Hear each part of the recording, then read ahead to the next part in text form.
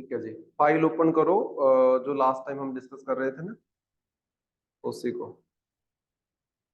उसमें हमने वहां तक किया था, स्मार्ट सिटीज मिशन तक ना। उसके बाद नेक्स्ट हमारे पास भारत रत्न वाले अवार्ड्स दिए गए हैं। उसमें तीन पर्सनैलिटीज के बारे में बताया गया। पहले उसको एक बार थोड़ा सा देख लेते हैं। नॉट मच इम्पोर्टेंट, लेकिन हाँ, उन पर्सनैलिटीज के बारे में हमें थोड़ा बहुत पता होना चाहिए।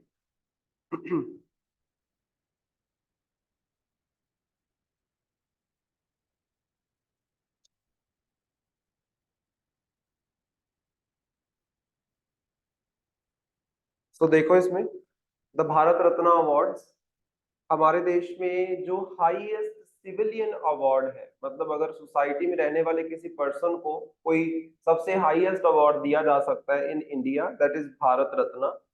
और इस बार तीन पर्सनैलिटीज हैं, M S Swaminathan, PV Narasimha Rao and Chaudhary Charan Singh.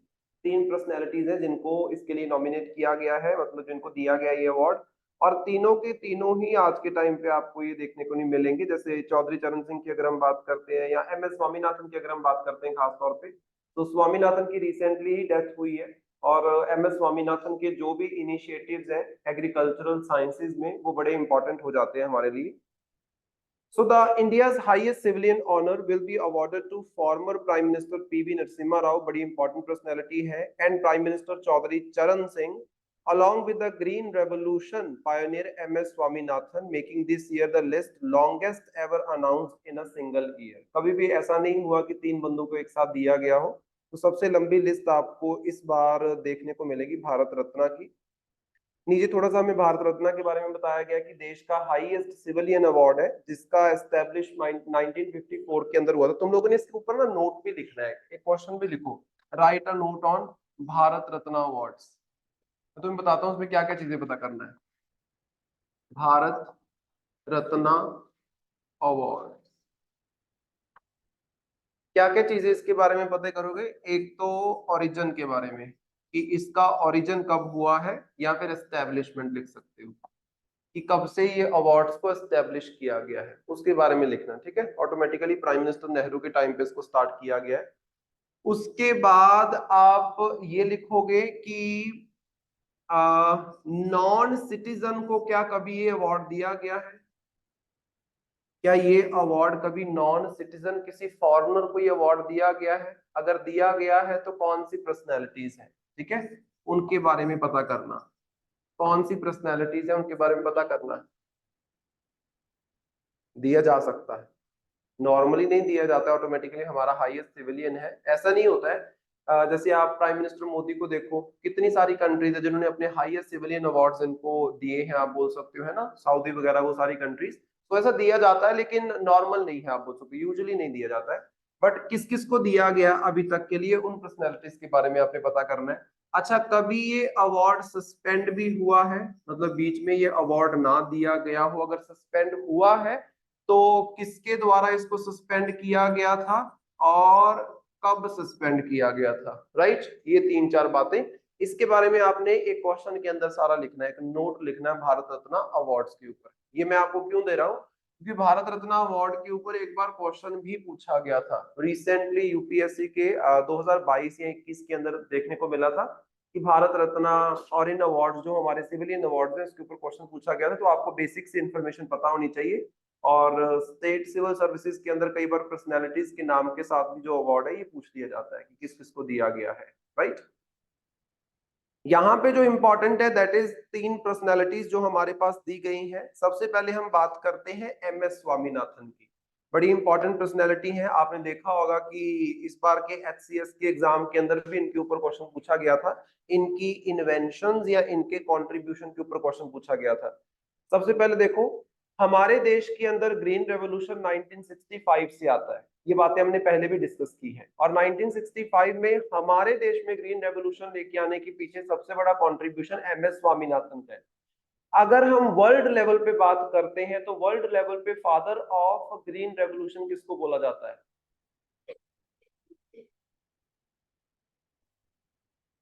ना, तो और शिखा को हमेशा ऑप्शन से चाहिए। कभी तो पहली बार में फुट दिया करो कि हाँ मुझे पता है ये। बताओ फिर, अजीब क्यों है, नॉर्मल नाम है उसका। बहुत ही नॉर्मल नाम है उसका, समझ रहे हो? जेजू है, इतना नॉर्मल नाम है उसका, आपको पता ही नहीं है। अगर पता होता तो जब मैंने नॉर्मल बोला आपको समझ आना चाहिए था। इट्स नॉर्मन बरलोंग, इट्स नॉर्मन बरलोंग, जिनको माना जाता है क्या, father of green revolution in the world. और इंडिया में किसको माना जाता है, एमएस स्वामीनाथन को। नॉर्मन बरलोंग का नाम याद रखना इंपॉर्टेंट है। और एक चीज और भी मैंने आपको बताई थी, इसके बारे में हम आज भी डिस्कस करेंगे एमएसपी के बारे में, कि 1966 एंड 67, मतलब 1 अप्रैल 1966 से लेके 31 मार्च 1967 वाला जो फाइनेंशियल ईयर है, it was the first time जब हमारे देश के अंदर मिनिमम सपोर्ट प्राइस को इंट्रोड्यूस किया गया था। कौन सी क्रॉप के लिए, वीट के लिए। ये याद रखना चीजें, क्वेश्चन पूछे जाएंगे इस बार, क्योंकि इतना इस बार फिर लीगलाइजेशन के ऊपर मुद्दा हो रहा था। तो 1966-67 के अंदर वीट के लिए हमारे देश में सबसे पहले एमएसपी लाया गया। अब वीट के लिए क्यों लाया गया, क्योंकि 65 में हमारे यहाँ पे ग्रीन रेवोल्यूशन आया और किसानों को बोला गया, किसानों को फैसिलिटीज प्रोवाइड की गई, हाई वैरायटी सीड्स प्रोवाइड किए गए, इरिगेशन की फैसिलिटीज प्रोवाइड की गई, केमिकल्स प्रोवाइड किए गए, फर्टिलाइजर्स, पेस्टिसाइड्स, ये सब दिया गया। क्या करने के लिए, वीट एंड राइस, इनकी प्रोडक्शन बढ़ाने के लिए। अब जब प्रोडक्शन बढ़ गई है तो आपको श्योरिटी भी तो देनी पड़ेगी कि अगर तुम एक्स्ट्रा प्रोड्यूस करोगे तो सरकार इस कम से कम दाम के ऊपर आपकी कनक जो है इसको खरीदेगी। इसीलिए फिर 66 67 में इस टाइम पे हमारे देश के जो प्राइम मिनिस्टर थे जिस टाइम पे एमएसपी आया है, दैट वाज लाल बहादुर शास्त्री। लाल बहादुर शास्त्री जाते जाते ये एमएसपी वाला कंसेप्ट भी देके गए हैं, उसके बाद इनकी डेथ हो जाती है 66 के अंदर ही, लेकिन उससे पहले ये अनाउंसमेंट जो है आपकी ये हो चुकी थी, राइट। सो ये भी इंपॉर्टेंट इवेंट है। और पीसीएस की अगर हम बात करते हैं, प्रीवियस ईयर क्वेश्चंस मैंने वीडियोस बना दी है, वो एक एक करके अपलोड होंगी, उसमें पूछा गया है, मतलब यहां तक क्वेश्चन पूछा गया है कि ग्रीन रेवोल्यूशन के दौरान राइस की कौन कौन सी वैरायटीज आई थी, वीट की कौन कौन सी वैरायटीज आई थी। वीट के अलग अलग वैरायटीज के नाम होते हैं ना, तो उन नामों के ऊपर भी क्वेश्चन पूछा गया है। सीधा सिंपल क्वेश्चन कि ये दो वैरायटीज है, ये किसकी वैरायटीज थी ड्यूरिंग ग्रीन रेवोल्यूशन, वीट था कि कॉटन थी कि राइस था, इस तरीके से ऑप्शन दी गई। तो इंपॉर्टेंट रहती है छोटी छोटी इंफॉर्मेशन। अगर आपका एचएएस का एग्जाम भी आ रहा है, अगर वरीता ने देना है तो भर दिया, नहीं भरा है, क्यों? हाँ तो 21 नहीं है ये, अच्छा ठीक है ठीक है, फिर जरूरत नहीं है। नेक्स्ट हमारे पास, inspired by the Bengal famine, Mahatma Gandhi quit India movement, काफी इंस्पायर्ड है। बंगाल की फेमाइन जब आती है ना, मतलब वहां पे अकाल पड़ता है, फेमाइन मतलब अकाल पड़ना, भूखमरी पड़ रही है, वहां पे बीमारियां फैल रही हैं, सूखा पड़ रहा है। जब वो इवेंट हुआ, आप बोल सकते हो उस टाइम पे एमएस स्वामीनाथन ने अपनी एग्रीकल्चर की जो रिसर्च है इसको स्टार्ट किया था, कि किस तरीके से अगर सूखा पड़ जाता है या फ्लड्स आ जाते हैं तो कैसे मैनेज किया जाए एग्रीकल्चर को, right. Dedicated career to the agriculture research serving various institutions globally, global level पे भी आपको इनका जो रिकॉग्नाइजेशन है एमएस स्वामीनाथन का वो देखने को मिलेगा। Then developed high yielding varieties of rice and wheat essential for India's staple foods, जो हमारे ग्रीन रेवोल्यूशन में wheat and राइस की varieties हैं वो इन्हीं के द्वारा बनाई गई थी, right? Then collaborated with Nobel laureate Norman Borlaug, आ गया नाम। This Norman Borlaug is called as father of green revolution at world level, इसको याद रखना, ठीक है। In developing semi dwarf wheat varieties, ठीक है। तो नॉर्मन बरलॉन्ग के साथ साथ इनको एक साथ दोनों को नोबेल प्राइज जो है वो भी मिला था, वीट की जो न्यू वैरायटीज है उनको पैदा करने के लिए, आप बोल सकते हो सीड्स बनाने के लिए। Then globally including being the first world food prize laureate in 1987, सबसे पहला फूड लॉरिएंट का जो प्राइज दिया गया है, एक होता है नोबेल लॉरिएंट, एक होता है फूड लॉरिएंट, ऐसा पर्सन जिसने स्टेपल फूड्स में कोई बहुत अच्छी रिसर्च की है, उसका अवार्ड भी इनको मिलता है 1987 के अंदर। Recommended fair minimum support price for crops ensuring farmers welfare, ये जो यहाँ पे बोल रहे हैं ना फेयर मिनिमम सपोर्ट प्राइस, ये आ गया एमएसपी। तो इन्हीं की रिकमेंडेशन के ऊपर सरकार के द्वारा 1966-67 के अंदर वीट के लिए एमएसपी को लाया गया था। ये कुछ बेसिक इंफॉर्मेशन है, आप लोग इसके ऊपर भी एक लिखोगे, एक असाइनमेंट की तरह असाइनमेंट लिखना, लिखो, मैं आपको क्वेश्चन लिखवाता हूँ, इंपॉर्टेंट है। तो लिखना, right a note, right a note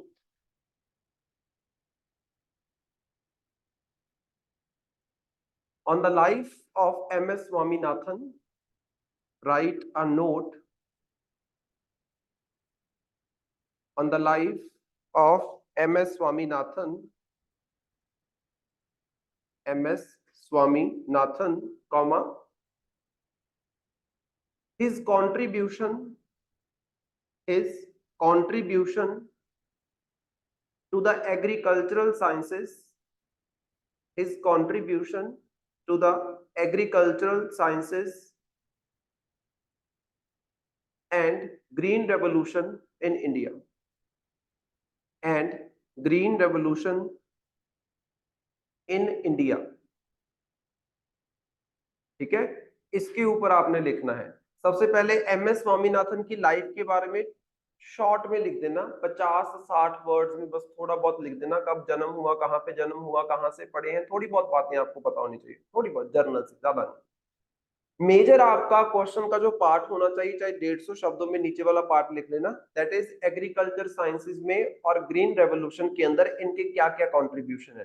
तो इनके द्वारा अगर कोई वीट की वैरायटी बनाई गई है, राइस की वैरायटी इन्होंने लाई है, एग्रीकल्चर साइंस में जैसे बॉटनी वगैरह में इनका काफी योगदान है, तो उन चीजों के बारे में आपने लिखना है, कौन कौन सी वैरायटीज, नाम लिखने है स्पेसिफिकली उस चीज के।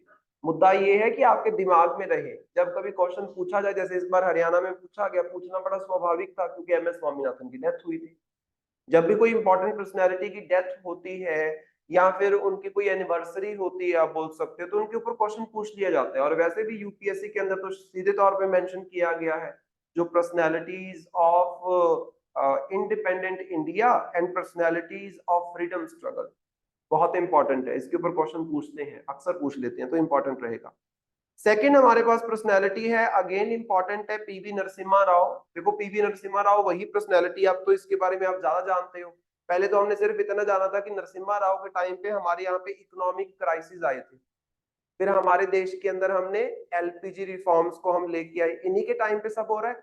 अच्छा, जब हमने चाइना को पढ़ा तो चाइना के टाइम पे मैंने एक चीज आपको और बता दी कि 1993 में ये विजिट करते हैं चाइना को, और चाइना के साथ बॉर्डर डिफेंस एग्रीमेंट भी साइन करके आते हैं। एक चीज और हमें पता लग गई इनके बारे में, तो मतलब इंपॉर्टेंट पर्सनैलिटी है, काफी इंपॉर्टेंट पर्सनैलिटी है। तो देखो इनके बारे में,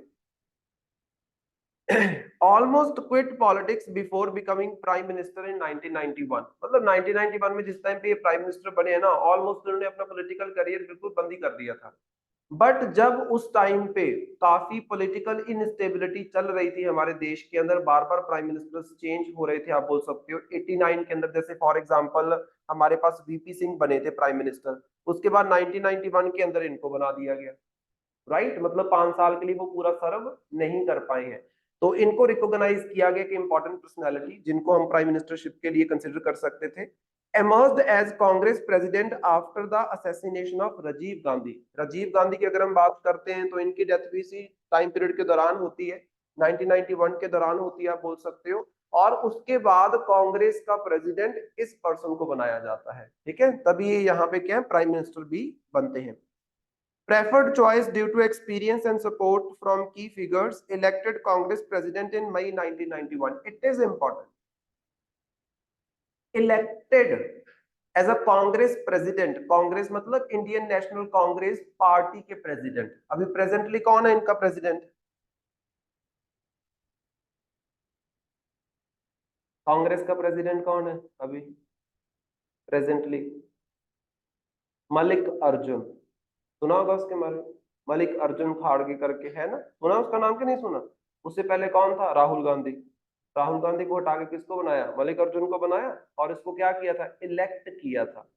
कांग्रेस जनरली अपने प्रेसिडेंट्स को इलेक्ट करती है, ये बड़ा इंपॉर्टेंट चीज है।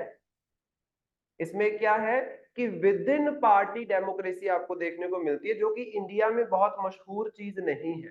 जैसे बीजेपी की हम जब बात करते हैं, बीजेपी के प्रेसिडेंट की अगर आप बात करोगे, बीजेपी में प्रेसिडेंट चुनने का शुरू से जो सिनेरियो रहा है, यहाँ पे इलेक्शंस वगैरह बहुत कम होते हैं। लेकिन कांग्रेस में ज्यादातर आपको ये देखने को मिलेगा, भी रिसेंटली भी देखने को मिला कि इलेक्शंस करवाए कांग्रेस पार्टी के जितने भी मेंबर्स हैं, उन सबसे वोट डलवाई कि आपका प्रेसिडेंट कौन होना चाहिए, पार्टी का प्रेसिडेंट। और जो पार्टी का प्रेसिडेंट होता है ज्यादातर वही जो बंदा होता है वही बनता है आगे प्राइम मिनिस्टर। कई बार चेंज भी हो सकता है, जैसे फॉर एग्जांपल जब हमारे मनमोहन सिंह प्राइम मिनिस्टर बने थे, उस टाइम पे कांग्रेस पार्टी की प्रेसिडेंट वॉज सोनिया गांधी। तभी लोग यही मान रहे थे कि वही बनेंगी प्राइम मिनिस्टर, लेकिन उन्होंने खुद प्राइम मिनिस्टरशिप को नहीं एक्सेप्ट किया और किसको बनाया, मनमोहन सिंह। राइट, कई बार ऐसा भी हो जाता है। Became prime minister in June 1991 after the party's electoral success. His candidacy was supported by key figures like President R. Venkataraman. उस टाइम पे हमारे प्रेसिडेंट हुआ करते थे आर वेंकटरमन, ये भी याद रख लेना, ये बनते हैं प्राइम मिनिस्टर। उसके बाद तीसरे हमारे पास है चौधरी चरण सिंह। याद करो चौधरी चरण सिंह को, मैंने आपको बताया था इससे पहले भी कि 1977 के अंदर ना इलेक्शंस होते हैं। पहली बार ऐसा होता है कि जनता पार्टी की सरकार जो है वो हमारे देश में बनती है। उससे पहले 1947 से लेके, या फिर जब पहले इलेक्शंस हुए 1950 वाले टाइम पीरियड में देखें, तब से लेके 77 तक कांग्रेस का ही रूल चला है। पहली बार जनता पार्टी की सरकार बनती है और इनके पहले जो प्राइम मिनिस्टर बनते हैं उनका नाम था, उनका नाम था, कई बार बताया मैंने, मोरारजी देसाई। मोरारजी देसाई प्राइम मिनिस्टर रहते हैं 1977 से लेके 1979 के अराउंड। उसके बाद 1979 से लेके 1980 तक कौन रहते हैं, चौधरी चरण सिंह। 1980 में जाके जनता पार्टी की सरकार गिर जाती है, फिर इलेक्शंस होते हैं, फिर बनती है इंदिरा गांधी 1980 में जाके एज अ प्राइम मिनिस्टर, क्योंकि कांग्रेस जीतती है। बीच में 3 सालों के लिए आप बोल सकते हो यहाँ पे जनता पार्टी का शासन हमें देखने को मिला है, तो इसको याद रखना, इंपॉर्टेंट पर्सनैलिटी है। Prominent political figure in Uttar Pradesh, advocated for piece and rights and rural issues. खास तौर पे किसानों के अधिकारों के बारे में और रूरल डेवलपमेंट, रूरल इश्यूज के बारे में इन्होंने अपना मुद्दा उठाया है हमेशा।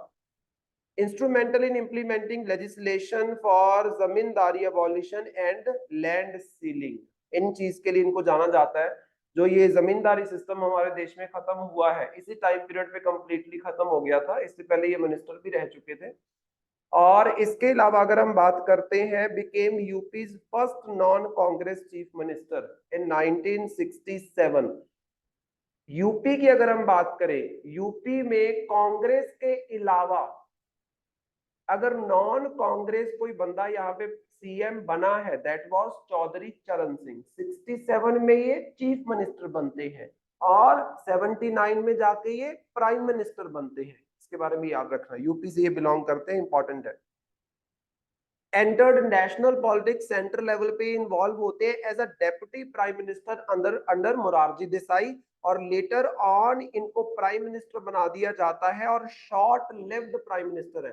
सिर्फ 23 दिनों के लिए आप बोल सकते हो ये प्राइम मिनिस्टर बनते हैं, और उसके बाद इनकी सरकार ही गिर जाती है। फिर 1980 में जाके इलेक्शंस होते हैं, राइट, और दोबारा से इंदिरा गांधी की सरकार यहाँ पे बनती है। तो यही कुछ बेसिक चीजें जो आपने इनके बारे में याद रखनी है। नीचे तो आज के टाइम पे बताया गया कि इनके जो आगे बेटे और परपोते कौन इन्वॉल्व यहाँ पे हैं, तो दैट इज नॉट इम्पोर्टेंट। तो इन पर्सनैलिटीज के बारे में बेसिक बेसिक पढ़ लेना है। एमएस स्वामीनाथन काफी इंपॉर्टेंट है अगर देखा जाए कंपैरेटिवली। देन उसके बाद हमारे पास next current affair is about hurricanes. Hurricane क्या होते हैं बताओ जरा, तुम लोगों ने ज्योग्राफी पढ़ रखा है। वो क्या,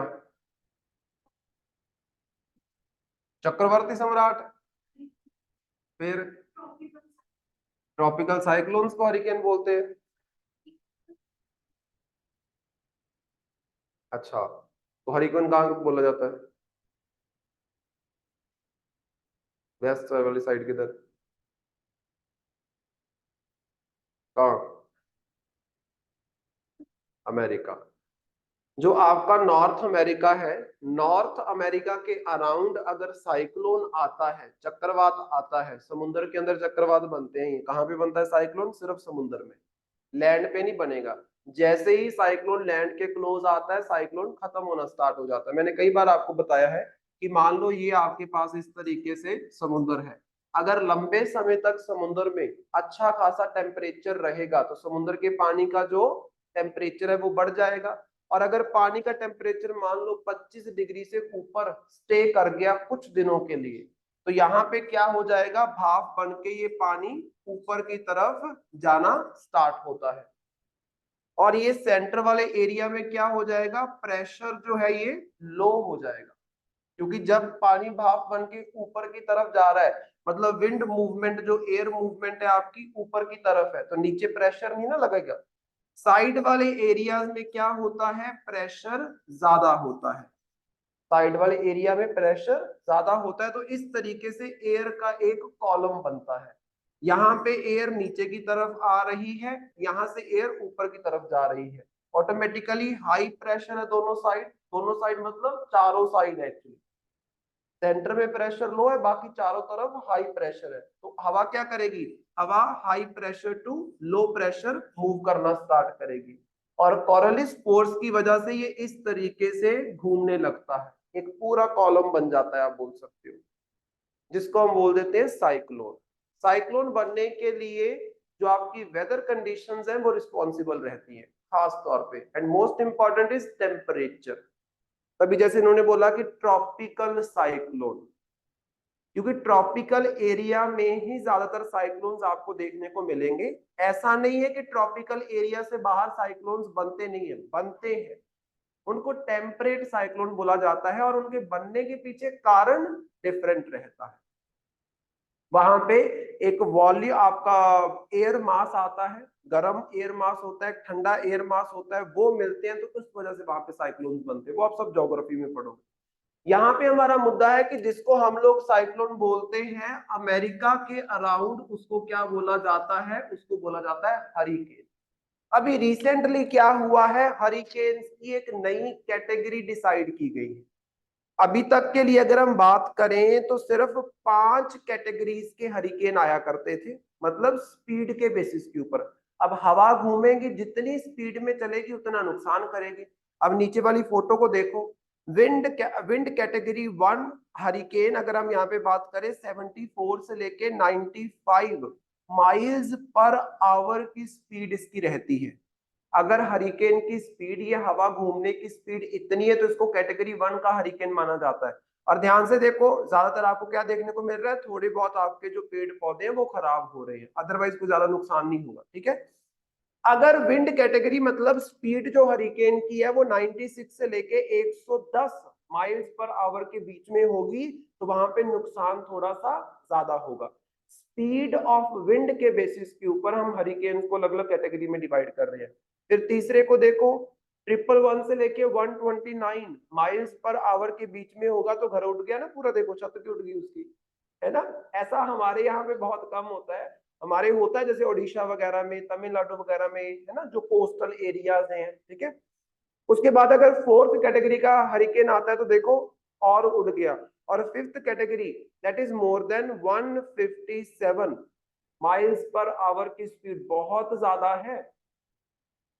1 mile is equals to around around 1.5 kilometre, 1.6 kilometre के अराउंड होता है जब हम माइल की बात करते हैं। तो मतलब कितनी ज्यादा स्पीड है, 1 घंटे में 157 माइल्स, मतलब around around more than 200 kilometre. ध्यान से देखो, 1 घंटे में कभी गाड़ी 200 किलोमीटर ट्रेवल करती है? 1 घंटे में गाड़ी की ज्यादा से ज्यादा स्पीड भी होगी तो कितना ट्रेवल कर लेगी वो? 50 किलोमीटर, मैक्सिमम 60 किलोमीटर, 70 किलोमीटर। यहाँ पे क्या है, मोर देन 200 किलोमीटर, 157 माइल्स मतलब मोर देन 200 किलोमीटर पर आवर की स्पीड। तो कुछ नहीं बचेगा, सब उड़ा के ले जाते हैं।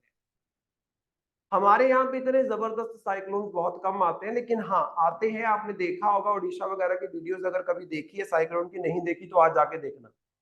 इस तरीके से घर, पेड़ पौधे सब जड़ से उखाड़ के साइक्लोन फेंक जाता है, इतनी स्पीड से आता है। तो 5 कैटेगरीज तो ऑलरेडी एग्जिस्ट कर रही थी।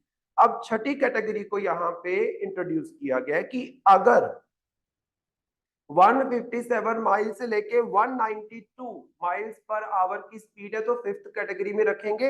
अगर 192 माइल्स पर आवर से स्पीड बढ़ जाती है उसको फिर सिक्स्थ कैटेगरी का साइक्लोन बोला जाएगा। देखो पहले इस चीज की जरूरत क्यों नहीं पड़ी, क्योंकि पहले इस स्पीड के साइक्लोन्स हमें देखने को नहीं मिलते थे, हरिकेन्स देखने को नहीं मिलते थे। अभी जैसे क्लाइमेट चेंज हो रहा है तो ये जो सारी कैलेमिटीज है ये नेचुरल कैलेमिटी है, क्लाइमेट चेंज की वजह से ये और ज्यादा एक्सट्रीम होती जा रही है, जिसकी वजह से हमें सिक्स्थ कैटेगरी यहाँ पे रिकॉग्नाइज करनी पड़ी, राइट। और it is all on the basis of speed, that's it. इसको याद रखना है बस आपने, सिर्फ ये 6 कैटेगरीज हो चुकी हैं हरिकेन की। उसके बाद हमारे पास जो नेक्स्ट टॉपिक दिया गया है that is all about actions taken report on India's neighbourhood first policy. इसको मैं डिस्कस नहीं करूंगा क्योंकि हम लोगों ने नेबरहुड फर्स्ट पॉलिसी को बहुत अच्छे से पढ़ा है। इसको आपने जस्ट एक बार रीड करना है कि इंडिया के द्वारा क्या क्या किया गया है। इसमें से आपको कुछ एग्जांपल्स मिल जाएंगी जिसको आप अपने जो नोट्स है ना, हमारे नोट्स के अंदर भी आप ऐड कर सकते हो, सिंपल। उसके बाद हमारे पास आता है jute sector, very much important. UPSC के अंदर 1 या 2 क्वेश्चन हमेशा एग्रीकल्चर के ऊपर पूछे जाते हैं और उसमें अक्सर ही पूछ लिया जाता है कि इस क्रॉप को उगाने के लिए क्या वेदर कंडीशंस चाहिए, कहाँ पे ये क्रॉप उगती है। मैंने आपको बताया था दालों के बारे में क्वेश्चन पूछा गया, कॉटन के बारे में क्वेश्चन पूछा गया, राइस के बारे में क्वेश्चन पूछा गया, देन उसके बाद शुगर केन के ऊपर क्वेश्चन पूछा गया, अक्सर ही क्वेश्चन आता है। और जूट भी एक इंपॉर्टेंट चीज है, अगर आप ध्यान से देखो जूट की जो खेती है, जूट समझते हो क्या होता है? जूट समझते हो? बोरियां देखी हैं आप लोगों ने? आजकल तो बोरियों वाले बैग भी आते हैं, ये लंच लंच के लिए ना, वो सारे बैग वगैरह आते हैं, वो सब किसके बने होते हैं? जूट के बने होते हैं। That material is called as jute. और दुनिया जहान का सारा जूट जो है ये कहाँ पे उगता है?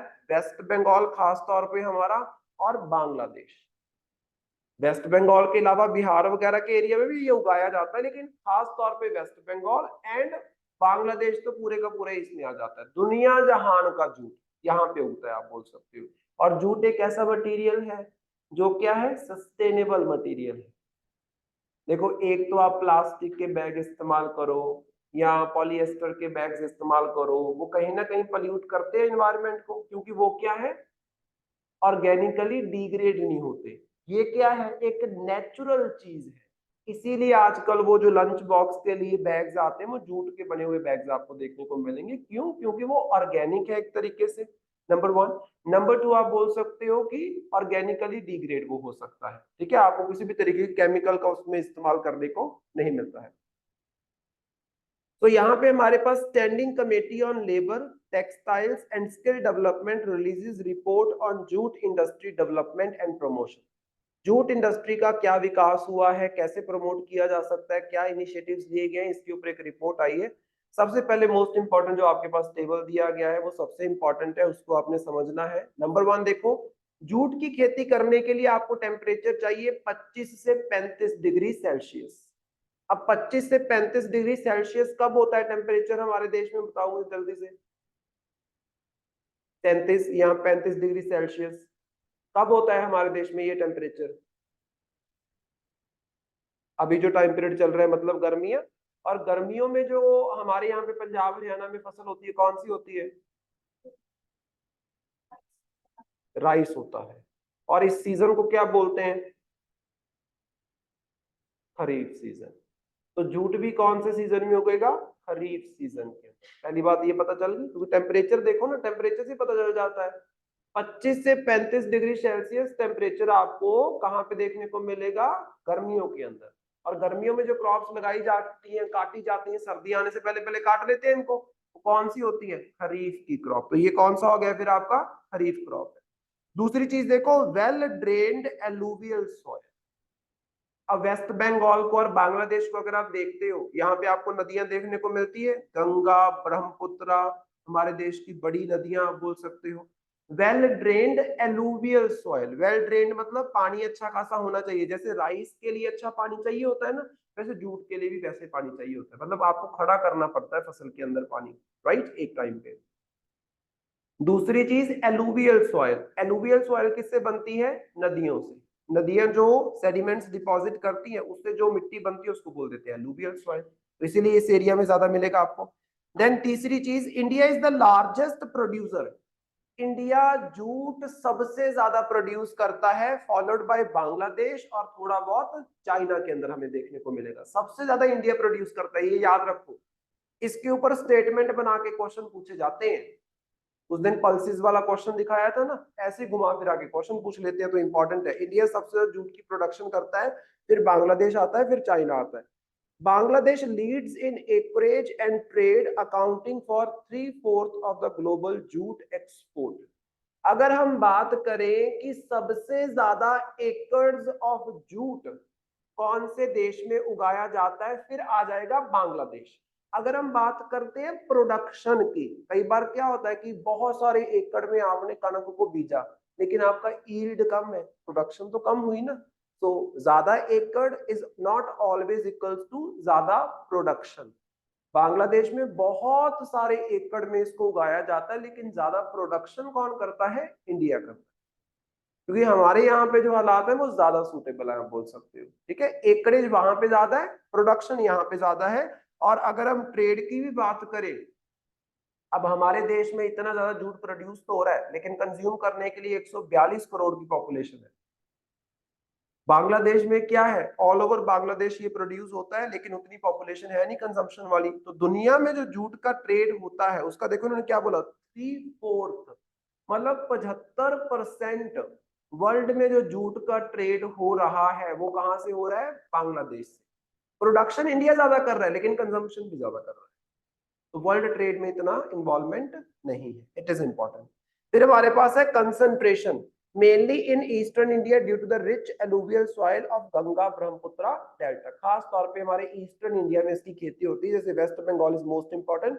बाकी भी हैं जैसे कि वेस्ट बंगाल, बिहार, उड़ीसा, असम, आंध्र प्रदेश, मेघालय, त्रिपुरा। ध्यान से देखो, कोई भी सदर्न स्टेट है? नहीं। कोई भी वेस्टर्न स्टेट है? नो। कोई भी नॉर्दर्न स्टेट है? नो। सारी की सारी क्या है? Eastern states. और ये स्टेट्स वही है जहां से गंगा ब्रह्मपुत्र या तो खुद निकलती है या उनकी कोई ट्रिब्यूटरी या डिस्ट्रीब्यूटरी निकलती है। सिंपल। ध्यान से देखो, approximately 73% of country's jute industries are concentrated in West Bengal. हमारे देश में जूट इंडस्ट्रीज में से 73% इंडस्ट्रीज सिर्फ वेस्ट बंगाल में है। ऐसा क्यों? क्योंकि वेस्ट बंगाल सबसे ज्यादा प्रोडक्शन करता है। सिंपल चीज। Number 3, uses known as golden fibre. ऐसे शब्दों का इस्तेमाल किया जाता है क्वेश्चन पूछने के लिए, किसको गोल्डन फाइबर बोला जाता है। Golden fibre used in making gunny bags, mats, ropes, yarns, carpets and other artefacts. हमें पता है क्या क्या ये बोरियां बनती हैं, डॉल है ना, सब चीजें बनती हैं। आजकल तो बड़ा कुछ बनता है, जैसे झूले भी बना देते हैं, बैठने के लिए जो मूड़े से होते हैं वो भी बना देते हैं, चेयर्स भी बना, हर एक चीज ही बन रही है, आप बोल सकते हो, है ना। टोकरियां बनती हैं, बड़ा कुछ बनता है, आप बोल सकते हो। ये जो गमले रखने के लिए टोकरियां बनती है, मतलब बहुत मटेरियल आता है आजकल जूट का, है ना। देन प्रोडक्शन शेयर की अगर हम बात करें, India accounts for 70% of the world jute production. दुनिया में टोटल जो जूट की प्रोडक्शन होता है उसमें से 70% कौन प्रोड्यूस करता है? इंडिया। तभी मैंने बोला टॉप पे इंडिया है। It employees over 3 lakh workers. Jute industry जो हमारे देश की है ये अप्रोक्सीमेटली 3 लाख लोगों को जॉब देती है, मतलब इंपॉर्टेंट इंडस्ट्री है। 90% of the production is consumed locally, तभी हमारा ट्रेड में नहीं है। टोटल जितना प्रोड्यूस किया उसमें से 90% खुद ही यूज कर लेते हैं, तो वर्ल्ड ट्रेड भी आपकी हिस्सेदारी कम होगी। अब ध्यान से देखो, 70% टोटल प्रोडक्शन आपके पास है, लेकिन वर्ल्ड ट्रेड में आपकी हिस्सेदारी बहुत कम है। अब 70% हमारे पास है तो बाकी 30% ही बची, उसमें से 20, 21, 22% बांग्लादेश करता होगा, लेकिन वर्ल्ड में जो जूट का ट्रेड है उसमें से 75% बांग्लादेश ट्रेड करता है, क्योंकि उनकी लोकल कंजम्पशन कम है, हमारी लोकल कंजम्पशन बहुत ज्यादा है। उस दिन भी मैंने आपको दालों के केस में भी यही बताया था। तो दुनिया में सबसे ज्यादा पल्सेस इंडिया उगाता है, लेकिन दुनिया का सबसे बड़ा कंज्यूमर भी कौन है? इंडिया। समझ रहे हो? तो यहाँ पे गड़बड़ हो जाती है।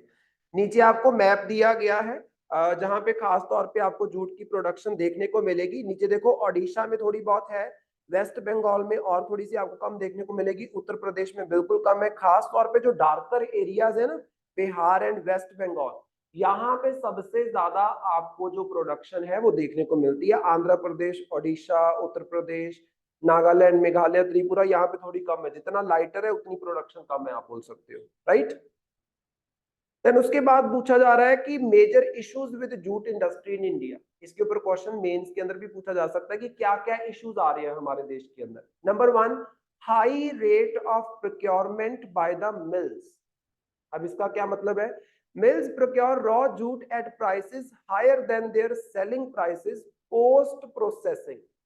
This is because mills do not directly acquire raw material from the farmers due to logistical challenges. Farmers are often located far from the mill location, requiring mills to deal with the multiple farmers. अब यहाँ पे ध्यान से देखो क्या है, हमारे यहाँ पे राइस उगाया जाता है ना, पंजाब में राइस उगता है, सीधा जो इंडस्ट्री वाला है ना वो घर से राइस उठा के ले जाएगा। राइस आपने उगाया, आजकल क्या है, सीधा प्राइवेट इंडस्ट्री के साथ कांटेक्ट करो, आपके घर से राइस उठा के ले जाएगा। मतलब सीधा फार्मर से इंडस्ट्री के पास राइस जा रहा है। अगर मैं आपको बोलूं कि यहाँ पे एक मिडल मैन बैठा होता है, जैसे आड़तिया बैठा हुआ है, एक आगे कोई और मिडल मैन बैठा हुआ है, बीच में 2 मिडल मैन आगे, तो फिर उससे क्या होता है, इंडस्ट्री तक पहुंचते पहुंचते जो जूट है या राइस है वो महंगा हो जाता है। अभी रिसेंटली जो फार्मर्स बिल आए थे, इसमें आड़ती चिल्ला रहे थे ना, मिडिलमैन चिल्ला रहे थे, क्यों? क्योंकि उनका धंधा खत्म हो रहा था। क्योंकि सरकार बोल रही थी इंडस्ट्री वाले सीधा कॉन्ट्रैक्ट साइन करेंगे फार्मर के साथ कि ये तूने भाई क्रॉप उगानी है, और सीधा इंडस्ट्री वाले आके क्रॉप उठा के ले जाएंगे, तो फिर इनका बीच में मिडिलमैन का कोई काम नहीं है। जिससे फायदा किसको होगा? फार्मर को भी फायदा होगा, कि मिडिलमैन बीच में क्या रखता है, कुछ ना कुछ परसेंटेज अपने पास वो रखता है। जितना प्राइस वो इंडस्ट्री से लेता है मिडिलमैन, उसमें से कुछ परसेंटेज वो अपने पास रखेगा, बाकी किसको दे देगा? जिसने उस क्रॉप को प्रोड्यूस किया है। जूट का भी यही मुद्दा है। राइस में तो ये मिडिलमैन वैसे हट चुके हैं, राइस में ज्यादा सीधी ही प्रोक्योरमेंट होती है। लेकिन जब जूट की बात करते हैं, जूट पहले कोई फार्मर से कोई मिडिलमैन खरीदेगा, आगे उससे कोई मिडिलमैन खरीदेगा, आगे उससे कोई खरीदेगा, फिर फाइनली इंडस्ट्री के पास पहुंचेगा। तो मतलब इंडस्ट्री जो है वो जूट को महंगे दाम पे खरीदती है, लेकिन फार्मर से जब खरीदा जाता है तब दाम कम होता है। महंगा क्यों हो जाता है? बीच में जो मिडिलमैन बैठे हुए हैं वो अपना कमीशन निकालते हैं। तो जैसे फॉर एग्जांपल मान लो 5 रुपए की चीज है, अगर सीधा इंडस्ट्री खरीदेगी तो 5 रुपए की खरीद लेगी। अगर 5 रुपए की चीज है, बीच में एक मिडिलमैन आया तो 1 रुपया उसको भी चाहिए, दूसरा मिडिलमैन आया उसको भी 1 रुपया चाहिए, तीसरा आया उसको भी 1 रुपया चाहिए, तो 5 3 8, 8 हो गए टोटल। यहाँ पे कितना वो चार्ज करेगा? 8 रुपए। इंडस्ट्री को 8 रुपए देने पड़ेंगे, जिसमें से 1 रुपया ये रखेगा, 1 रुपया ये रखेगा, एक ये रखेगा, फार्मर के पास 5 ही पहुंचेंगे।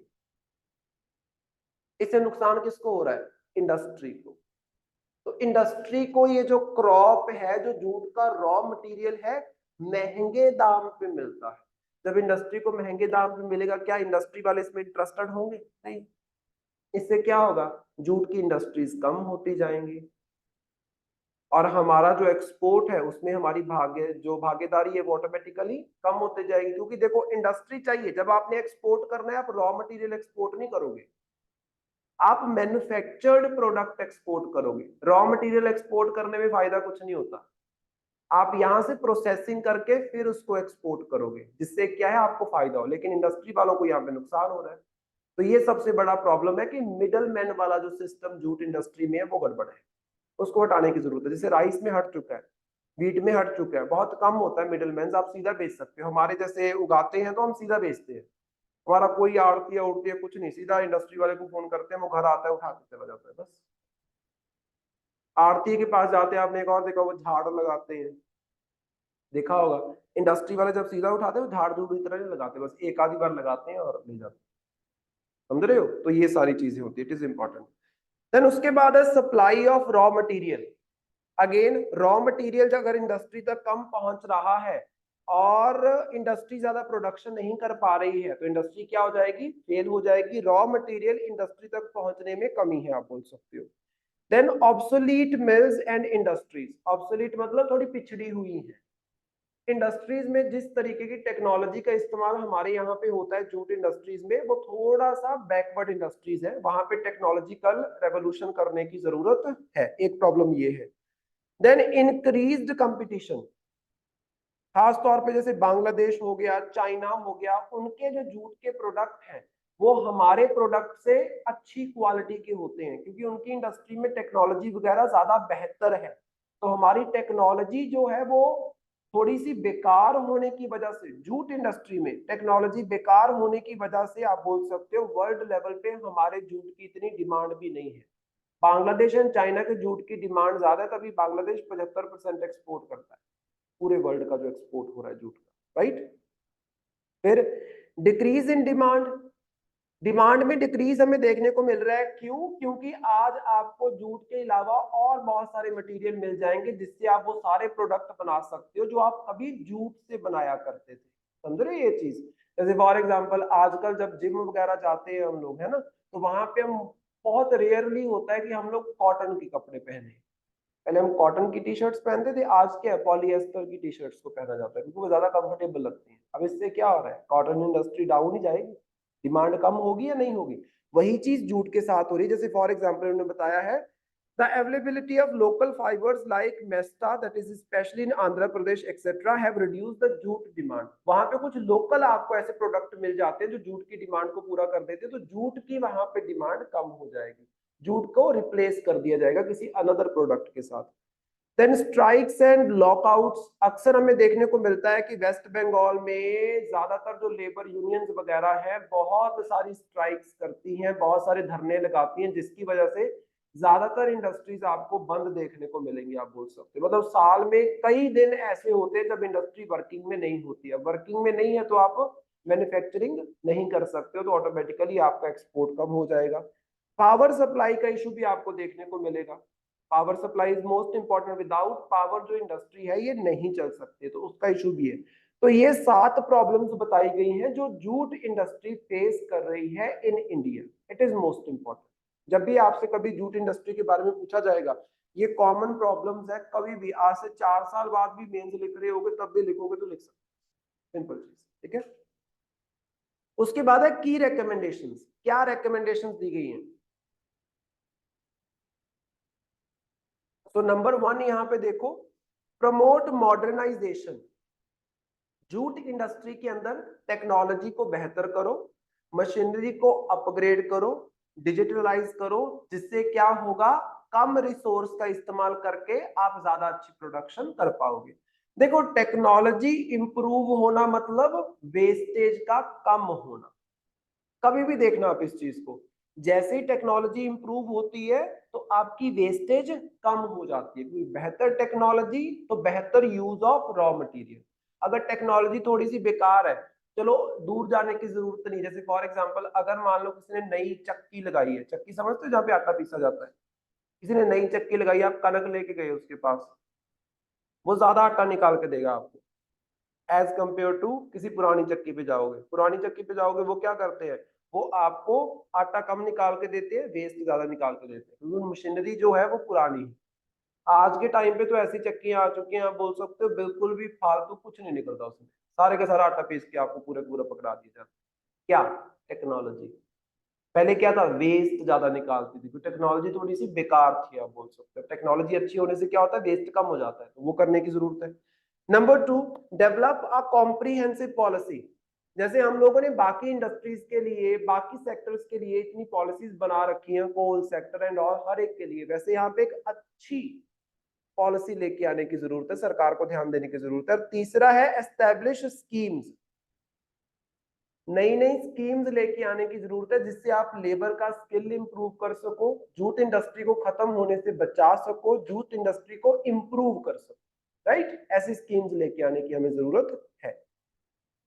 अब आता है कि related initiatives for the jute sector, अभी तक सरकार ने क्या किया है।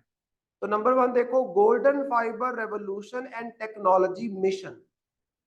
गोल्डन फाइबर रेवोल्यूशन जो है ये खास तौर पे क्या है, जूट इंडस्ट्री को टारगेट करता है। Jute packaging material act of 1987 सरकार के द्वारा पास किया गया। It mandates the use of jute packaging material to support workers and farm families. सरकार के द्वारा ये बोला गया कि ज्यादा से ज्यादा, जैसे फॉर एग्जांपल जब एफसीआई ये खरीदता है, कनक खरीदता है, तो उसको जो प्लास्टिक के गट्टे आते हैं उसके अंदर भी रखा जा सकता है, लेकिन ये किस में रखते हैं, ये रखते हैं जूट की बोरियों में। सरकार ऐसे करती है ना। आ गई याद आप लोगों को? नहीं, ये थोड़ा नहीं होता, ये कितना होगा टाइम? क्लास कितने बजे थी? हाँ, तो फिर ये 1 घंटा लेट थोड़ी ना होता है। आ जाओ, चलो। लेट कोई 5-10 मिनट होता है कि 1 घंटा होता है? तो यहाँ पे जूट पैकेजिंग मटेरियल एक्ट 1987 पास किया जाता है, जिससे क्या है, ज्यादातर आप ये देखोगे कि सरकार जो चीजें खरीदती है, चाहे कनक खरीद रही है चाहे राइस खरीद रही है, सरकार हमेशा जूट की बोरियों में भरती है उसको। जिससे क्या होता है, जूट की बोरियों की डिमांड होती है। वो डिमांड कैसे पूरी होगी? जूट इंडस्ट्री एंड जूट उगाने वाले फार्मर्स अगर प्रोड्यूस करेंगे तो इससे क्या होगा, जूट की डिमांड बनी रहेगी, प्रोडक्शन बनी रहेगी। सिंपल चीज, right. Number 3, jute Jio textile is promoted under the technical textile mission offering diverse applications of civil engineering and erosion control। Jute का इस्तेमाल जो आपके टेक्निकल टेक्सटाइल्स है उसके अंदर भी किया जा रहा है। टेक्निकल टेक्सटाइल का मतलब क्या है? ऐसा कपड़ा जो आप इंडस्ट्री के अंदर प्रोड्यूस कर देते हो, जैसे पॉलिएस्टर। पॉलिएस्टर की कहीं पे खेती होती है? नहीं, ये विद इन इंडस्ट्री ही इसकी प्रोडक्शन होती है। ये जो नई नई आपकी टेक्सटाइल्स बन रहे हैं, इस इंडस्ट्री में भी जूट का इस्तेमाल किया जा रहा है, क्वालिटी इंप्रूव करने के लिए आप बोल सकते हो। देन उसके बाद jute smart, it is a e-government initiative enhance transparency in the jute sector by providing platform for government procurement of the sacking। Sacking का मतलब क्या है? जो रॉ जूट का मटेरियल होता है, जो कुछ एक्स्ट्रा वेस्टेज भी निकलता है उसको भी बोला जाता है, तो सरकार के द्वारा इसको खरीदा जाता है, आप बोल सकते हो। समझ रहे हो? जिससे क्या है, लोगों को ये चिंता नहीं है कि मैंने किसी चीज को बीजा है और वो चीज मेरी खरीदी नहीं जाएगी। ऑनलाइन, जैसे आजकल हमारे पास ऑनलाइन मार्केट है, ई नाम बोलते हैं। ई नाम, नेशनल, आगे ई नाम का मतलब क्या है, फुल फॉर्म क्या है? कई बार मैंने बताया भाई, तुम लोग कुछ नहीं करते बिल्कुल, कभी रिवाइज करना तो मतलब सवाल ही नहीं पैदा होता। ई नाम का मतलब क्या है? Electronic national agriculture market. Online आप प्रोक्योरमेंट कर सकते हो। वैसे क्या होता है, मंडियों में जाके फसल खरीदी जाती है, यहाँ पे आप ऑनलाइन अपनी फसल बेच सकते हो और सामने वाला खरीद सकता है। तो वो चीज जूट इंडस्ट्री में भी हमें देखने को मिलेगा। फिर उसके बाद jute mark logo was launched in 2022 for branding and positioning of the Indian jute globally. जैसे हमारे यहाँ पे ऑर्गेनिक फसल के लिए, ऑर्गेनिक क्रॉप के लिए एक लोगो होता है। अगर कोई भी ऑर्गेनिक प्रोडक्ट होगा तो उसके ऊपर सरकार का एक ऑर्गेनिक लोगो लगा होगा, जो ऑथेंटिसाइज करेगा, ऑथेंटिकेशन करेगा कि ये प्रोडक्ट 100% ऑर्गेनिक है। वैसे ही जो प्रोडक्ट आपका जूट है उसके ऊपर क्या है, जूट का लोगो लगाया जाएगा, जिससे क्या है, ब्रांडिंग होगी इस प्रोडक्ट। मतलब वर्ल्ड लेवल पे हमारे प्रोडक्ट को लोग पहचान सकेंगे। विदाउट लोगो तो नहीं पहचाना जा सकता ना। अब मैं बोलूं टॉमी, टॉमी की किसी ने शर्ट पहनी है तो ऑटोमेटिकली लोगो से पता चलेगा। कपड़ा देख के तो पता नहीं चलेगा कि ये टॉमी है कि आपका एडिडास है कि क्या, नहीं पता चलेगा ना। तो वहां पे लोगो इज इंपॉर्टेंट। तो यहाँ पे स्पेशली एक लोगो दिया गया है जूट प्रोडक्ट्स। वो कभी भी आप देखोगे जो पैकेज जूट प्रोडक्ट होते हैं उनके ऊपर बना होता है। फिर उसके बाद नेशनल जूट डेवलपमेंट प्रोग्राम जो है, एक प्रोग्राम है जिसके विद इन बहुत सारी स्कीम्स को लॉन्च किया जाएगा। इसके अलावा नेशनल जूट बोर्ड जो है, इसको एस्टेब्लिश किया गया अंदर national jute board act of 2008। मतलब अलग से, जैसे हमारे पास टी बोर्ड ऑफ इंडिया है, कॉफी बोर्ड ऑफ, इस तरीके से हमारे पास क्या है, जूट बोर्ड ऑफ इंडिया, जो खास तौर पे jute production, jute raw material, jute industry, इनके साथ डील करता है, राइट। उसके बाद आपके पास एक छोटा सा करंट अफेयर दिया गया, इसको जस्ट एक बार रीड कर लेना। It is about the Dhokra शिल्प कला। नीचे आपको ना लॉस्ट वैक्स टेक्नोलॉजी का इस्तेमाल करके कुछ छोटी छोटी आकृतियां नीचे बनाई गई, ध्यान से देखो। लॉस्ट वैक्स टेक्नोलॉजी के बारे में आपने एंशिएंट हिस्ट्री में पढ़ा होगा, बताओ मुझे जल्दी से, ये क्या होता है? लॉस्ट वैक्स टेक्नोलॉजी क्या होती है? है प्रिजर्वेशन किस चीज की? टेराकोटा की? तो ये तो मेटल की है। चारकोलॉजी के एज में क्या लॉस्ट वैक्स टेक्नोलॉजी है क्या? मेथड ये है क्या? कल्चर्स बनाने के लिए, मूर्तियां वगैरह बनाने के लिए क्या होता है, आज भी यूज करते हैं। क्या होता है?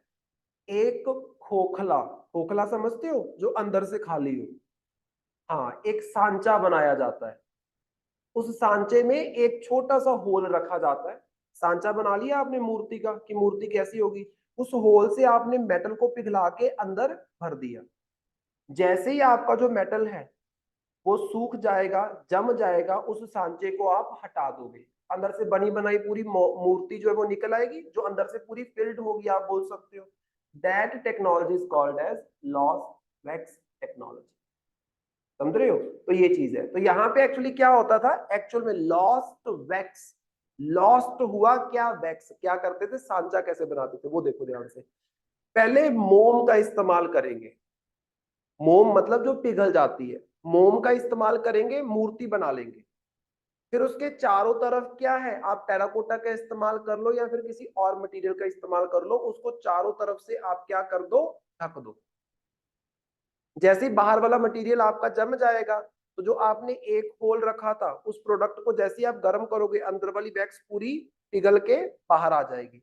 फिर उसके अंदर आप मेटल को भर सकते हो। तो सांचा बनाने से लेकर मूर्ति बनने तक ये पूरा process is called as lost wax. जो सांचा मैंने बोला है अंदर से खोखला होगा, वो कैसे बनाओगे? आज तो बन जाता है, उस टाइम पे कैसे बनाते? एक ऐसी मूर्ति जो अंदर से खोखली हो और बाहर से पूरा उसका आकृति हो, पॉसिबल नहीं है ना। एक वैक्स की मूर्ति बना लो, उसको चारों तरफ से टेराकोटा से ढक दो, उसके बाद क्या है, गर्म करके उस वैक्स को पिघला के बाहर निकाल दो, अंदर ऑटोमेटिकली वो शेप बन जाएगी। उसके बाद उसमें मेटल भर दो और फिर साइड वाला हटा दो, अंदर से मेटल की मूर्ति निकल आएगी। That is called as lost wax, lost wax technique. तो उसका इस्तेमाल करके यहाँ पे जो आपका ढोकरा शिल्प कला है, ये न्यूज के अंदर चल रहा था, तो इसको जस्ट एक बार याद कर लेना। बाकी कल्चर वगैरह में आप इस चीज को करोगे, खासतौर पे छत्तीसगढ़ के अंदर ये जो शिल्प कला है ये आपको देखने को मिलेगी, ये मूर्तियां जो बनाई जाती है। नेक्स्ट इज इंपॉर्टेंट, एक नया मिशन आया है, इसके बारे में याद रखना, दैट इज स्वाति। स्वाति का मतलब क्या है, science for women, a technology and innovation. हमें पता है कि हमारे देश में या वर्ल्ड लेवल पे कहीं पे भी आप जाओगे, साइंस एंड टेक्नोलॉजी के अंदर वुमेन का जो पार्टिसिपेशन है दैट इज वेरी लो। हमारे यहाँ पे जब जब साइंस में रिसर्चर्स की बात की जाती है, इसरो को देख लो, डीआरडीओ को देख लो, नासा को देख लो, कोई मर्जी देख लो, हर जगह आपको जो रेशो है वो वुमेन की कम देखने को मिलेगी। और हमारे देश में अक्सर ही सरकार का ये एफर्ट रहता है कि ज्यादा से ज्यादा वुमेन को साइंस के अंदर लाया जाए। हालांकि आप ये देखोगे जब हम बात करते हैं एजुकेशन की, ग्रेजुएशन या मास्टर्स की, उसमें आपको साइंस की फील्ड में ज्यादा लड़कियां देखने को मिलेंगी, लेकिन वो सिर्फ मास्टर्स तक जाती हैं, आगे रिसर्च में बहुत कम जाती है, जिसका फायदा कुछ नहीं है। आप ज्यादातर देखना जब भी आप साइंस के टीचर्स की बात करोगे आपको लड़के ही दिखेंगे। बहुत कम मेल टीचर्स होते हैं जो साइंस को पढ़ाते हैं। साइंस पढ़ाने वाली ज्यादातर आपको लड़के ही मिलेंगे, लेकिन रिसर्च करने वाले ज्यादातर आपको लड़के मिलेंगे। इसके रिलेटेड हमारे देश में एक स्टीरियोटाइप भी है कि लड़कियां आप अक्सर देखोगे कि एमएससी करने के बाद बीएड कर लेती हैं और टीचिंग वाली फील्ड में चली जाती है, या बीएससी करने के बाद बीएड कर लेती है, टीचिंग वाली फील्ड में चले जाती है। क्योंकि हमारे यहाँ पे एक स्टीरियोटाइप है। स्टीरियोटाइप नंबर 1 तो ये है कि जो लड़कियां हैं वो साइंटिफिक नॉलेज में, साइंटिफिक नॉलेज मतलब टेक्निकल नॉलेज जो है उसको समझ नहीं पाती हैं, ऐसा माना जाता है कि टेक्निकल नॉलेज की जब बात आती है तो as compare to boys, girls में थोड़ी सी समझ कम होती है, ऐसा माना जाता है। ऐसा है नहीं है, ऐसा माना जाता है। और इसको लड़कियां खुद भी, मैं यार टेक्नोलॉजी वगैरह में क्या जाना। जैसे फॉर एग्जांपल किसी बच्चे ने +2 की है, उसने, मेरी भतीजी थी, उसने +2 किया और यहाँ पे आकाश में उसने एडमिशन ली है। तो मेरा यही मानना था कि उसने नीट में ली होगी, लेकिन उसने जेई आईआईटी में ली है। जेई का होता है ना एग्जाम आईआईटी के लिए, उसने उसमें एडमिशन ली है। That was surprising for me. Surprising क्यों? क्योंकि हमारे यहाँ पे एक मान्यता है कि लड़कियां ज्यादातर क्या है, मेडिकल फील्ड में ही जाएंगी, टेक्निकल फील्ड में वो नहीं जाएंगी, समझ रहे हो? तो उस वजह से हमारे समाज के अंदर जो आपके इंजीनियर्स है, इलेक्ट्रिशियंस है, इन सब फील्ड में आपको वुमेन की पार्टिसिपेशन बहुत कम देखने को मिलती है। सो उसी चीज को इंप्रूव करने के लिए मिशन जो है इसको लॉन्च किया गया है। तो देखो, on the international day for girls and women in science, a new initiative named Swati, that is Science for Women, a Technology and Innovation, was launched by a panel representing India's science academics. Right? इस mission की अगर हम बात करते हैं, developed, hosted and maintained by national institute of plant genome research, that is NIPGR in new Delhi, इनके द्वारा इस इनिशिएटिव को लॉन्च किया गया है। तो यहाँ पे एक पोर्टल लॉन्च किया गया है। This portal aims to create a comprehensive database of women in science across the country, acknowledging that gender equity in sciences is not solely a women's issue. तो यहाँ पे अगर हम बात करते हैं कि जेंडर इक्विटी, मतलब ऐसा नहीं होगा कि वुमेन खुद से बोले कि मुझे साइंस में जाना है, और वुमेन या फेमिनिज्म के जो लोग हैं वो इसके ऊपर बात उठाएं, मुद्दा उठाएं कि वुमेन की पार्टिसिपेशन कम है। इसके ऊपर आपको भी ध्यान देने की जरूरत है। इसको जो मेल कम्युनिटी है उनको भी ध्यान देने की जरूरत है। तो इस इंस्टीट्यूट के द्वारा एक पोर्टल लॉन्च किया गया है, ऑनलाइन पोर्टल, जिसके अंदर आपको सारी इंफॉर्मेशन मिलेगी। और अगर कोई वुमेन साइंटिस्ट है, उनके द्वारा कुछ नया रिसर्च किया जाता है, तो उस चीज को वहां पे अप्रिशिएट किया जाएगा, जिससे क्या है बाकी लोग भी उससे थोड़े से प्रभावित हो। Number 2, the inclusion of non male genders in स्वाति form the diverse composition of inter-academy panel are seen as positive steps toward addressing gender disparities in science। अब यहाँ पे मुद्दा देखो, उन्होंने बोला non male gender, they are talking about gender, they are not talking about sex, they are talking about gender। it means जो आज हमारे देश के अंदर बात हो रही है LGBTQI+ जितने भी हैं, उनको भी साइंस की फील्ड में ऐड करने की बात की जा रही है कि हमारे यहाँ पे मेल कैटेगरी आपको ज्यादा देखने को मिलेगी, बाकी जेंडर्स की पार्टिसिपेशन कम है। जैसे फॉर एग्जांपल मैं बोलूं ट्रांसजेंडर, आपके दिमाग में कभी आएगा कि वो बंदा एक साइंटिस्ट भी हो सकता है, वो पर्सन जो है वो एक साइंटिस्ट भी हो सकता है, या वो बंदा इसरो में जॉब कर रहा हो, या वो बंदा जज हो, या कुछ भी? क्या दिमाग में आता है? नहीं, क्योंकि हमारे समाज में शुरू से इस तरीके का माहौल रहा है कि ट्रांसजेंडर कम्युनिटी को पढ़ना लिखना और ये सब करना is not allowed, not officially but socially. जैसे फॉर एग्जाम्पल मान लो एक ट्रांसजेंडर बच्चा है आपके पास यहाँ पे बैठता हो, जब पहले दिन मान लो यहाँ पे कोई ट्रांसजेंडर पर्सन एंटर हो, एक ट्रांसजेंडर पर्सन यहाँ पे एंटर हो, आप लोगों के देखने का नजरिया ही अलग होगा, मैं गारंटी देता हूँ, अगर ना हो तो बोल, होता है ना? जब इस तरीके से आप तो चलो सिर्फ देखोगे, मुझे तुम लोगों को इतना तो पता है, तुम इतने तो सूझवान हो कि तुम वो डिस्क्रिमिनेशन तो नहीं करोगे, लेकिन जब हम लोकल लेवल पे जाते हैं वहां पे इन चीजों का मजाक उड़ाया जाता है, जिसकी वजह से बच्चे स्कूल में जाने से हिचकिचाते हैं और वो पढ़ नहीं पाते। जो ट्रांसजेंडर पर्सन है वो कॉलेज में जाना चाहता है, लेकिन वहां उसका मजाक उड़ेगा, इस वजह से वो वहां पे आप बोल सकते हो नहीं जाना चाहता। जैसे हमारे वहां पे ना गुरु नानक देव यूनिवर्सिटी में एक लैब असिस्टेंट है पर्सन, उनको सर जी बोला जाता है, मतलब वो फेमस है इस नाम से, and he is a transgender. वो पूरी यूनिवर्सिटी में मशहूर था, ही वॉज लाइक सेलिब्रिटी। हमारे वहां पे जैसे होता है ना ये आपका यूथ फेस्ट वगैरह, हमारे यहाँ पे यूनिवर्सिटी का एक प्रोग्राम होता है जिसको बोलते हैं जश्न, हर साल होता है जश्न।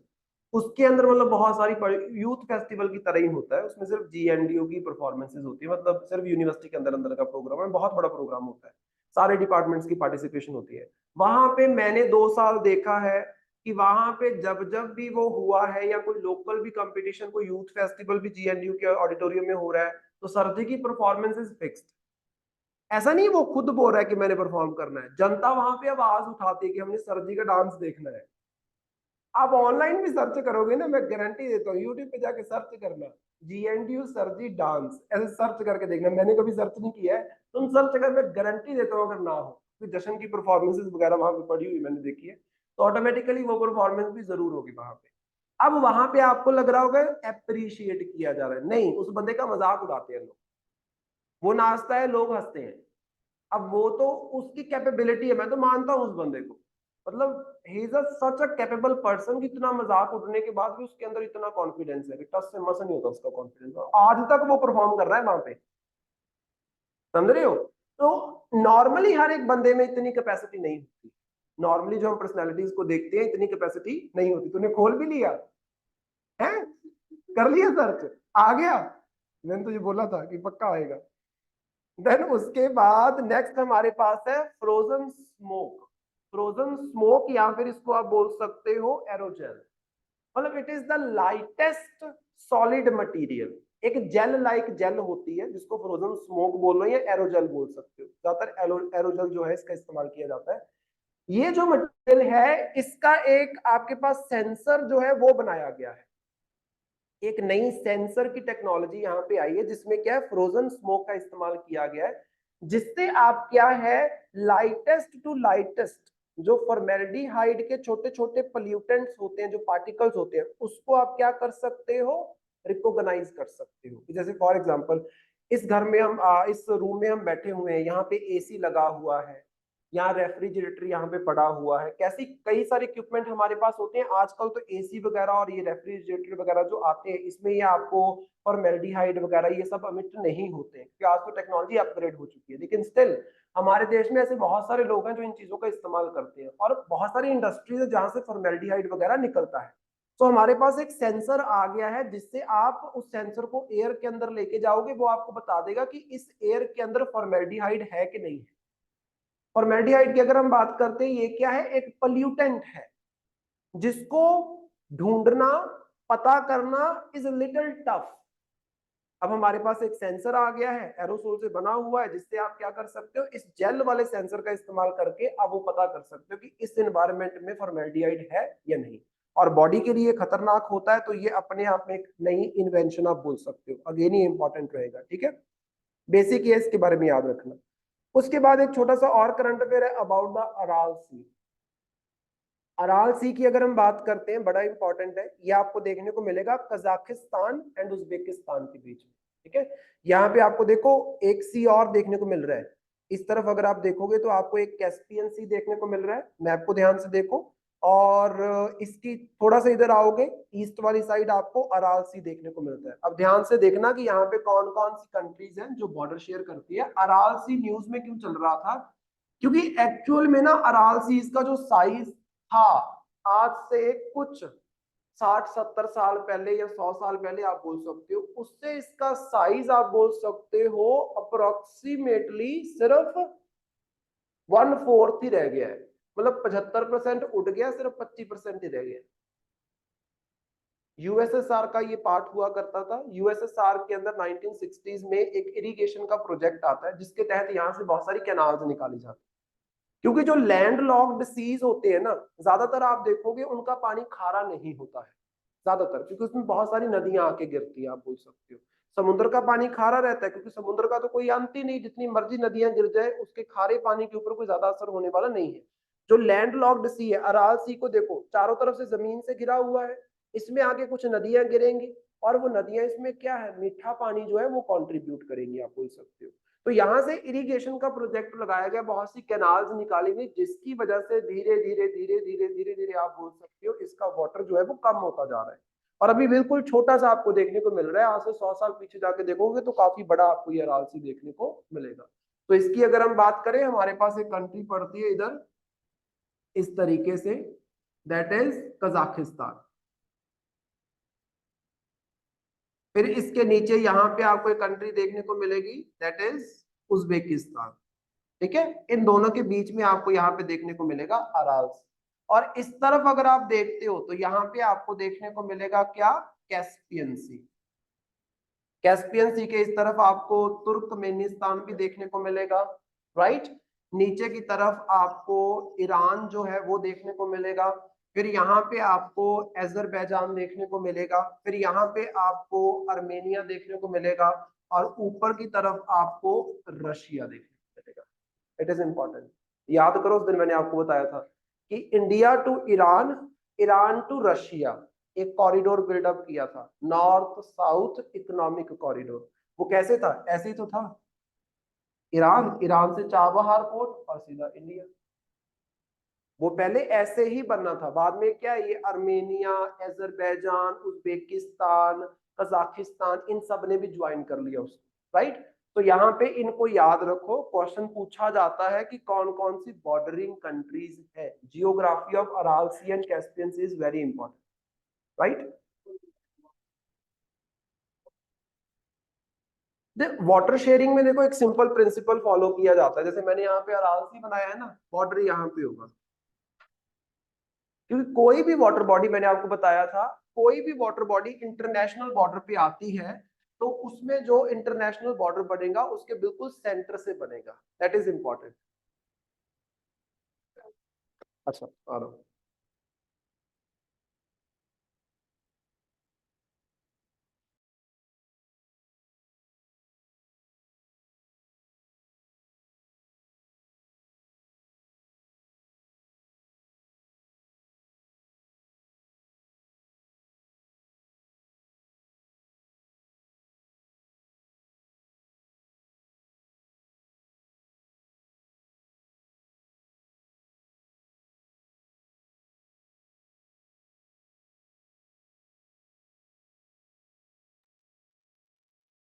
राइट, सो इस तरीके से अराल सी जो है हमारे लिए इंपॉर्टेंट रहेगा। आप ध्यान से देखो, यहाँ पे नीचे लिखा गया है इंपॉर्टेंट चीजें जो है अबाउट द अराल सी।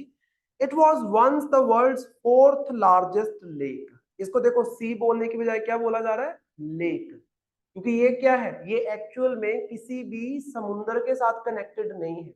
तो एक बड़ी लेक है उसको सी भी बोल दिया जाता है, कैस्पियन सी को भी लेक बोल दिया जाता है, डेड सी को भी लेक बोल दिया जाता है, लेकिन है तो सी, लेकिन इनको लेक बोल दिया जाता है क्योंकि लैंड लॉक्ड है, आप बोल सकते। आप जो पूछ रहे थे कि कैसे बॉर्डर डिसाइड होता है, तो वहां पे मैंने आपको बताया था कि जो हवैग प्रिंसिपल्स है उसका इस्तेमाल किया जाता है इंटरनेशनल लेवल पे, जिसमें क्या है कि जो आपकी वाटर बॉडी है उसका बिल्कुल जो सेंटर होगा that will be considered as international border.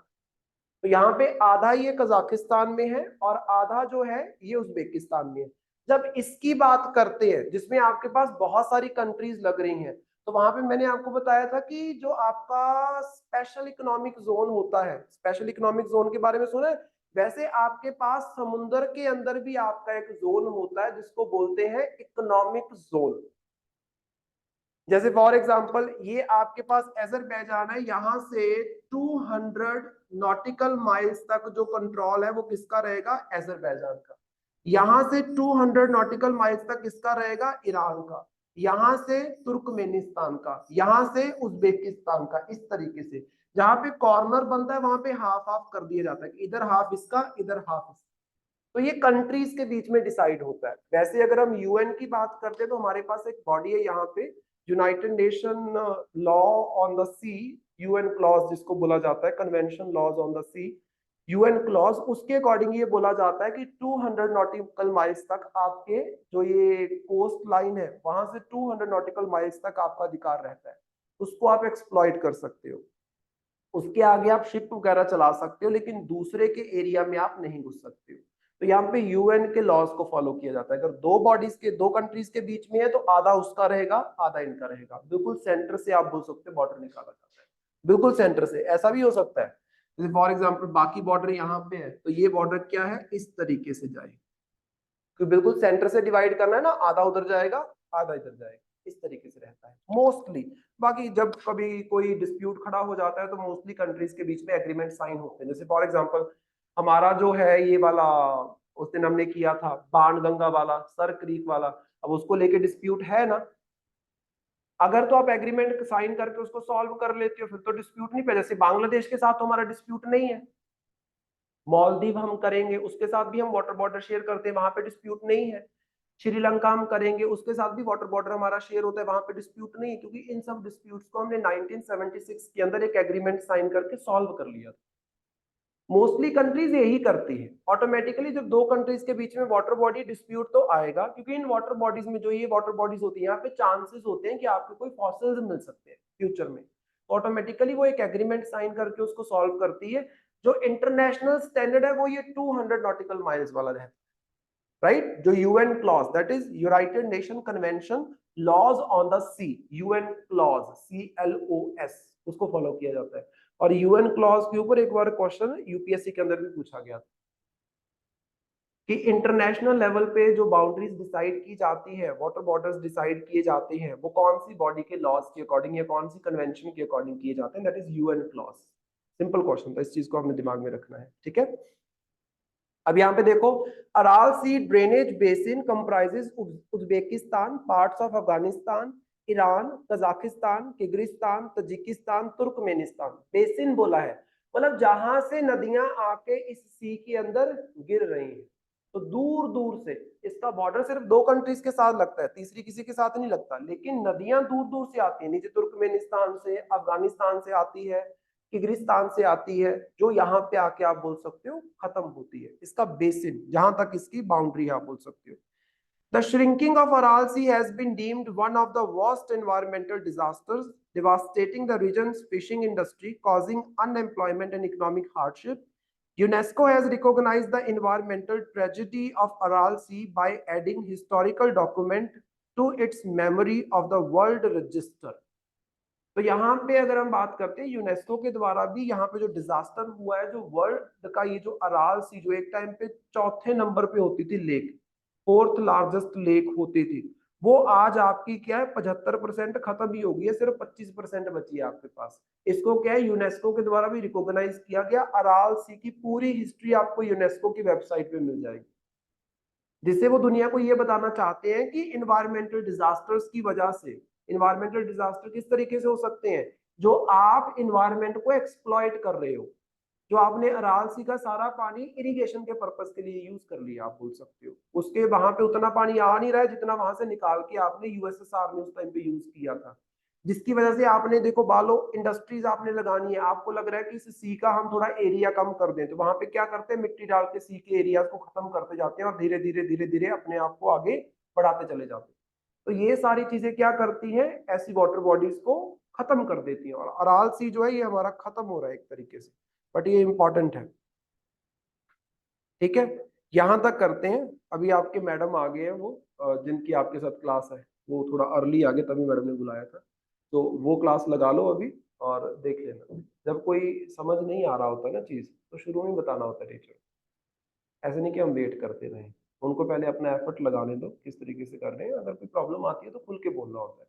कई बार क्या होता है कि मैथ एक ऐसा टॉपिक होता है कि हमें लगता है कि यार मुझे नहीं समझ आ रहा, मुझे तो हमेशा ऐसे लगता है, हालांकि मैं नॉन मेडिकल का स्टूडेंट हूँ, समझ रहे हो, और मेरे नंबर भी बहुत अच्छे आते रहे हैं, लेकिन पिछले कई सालों से आप बोल सकते हो मैंने मैथ को नहीं पढ़ा, और जब कोई पढ़ाने लगता है तो मुझे लगता है ये मेरे में कमी है कि मुझे नहीं समझ आ रहा।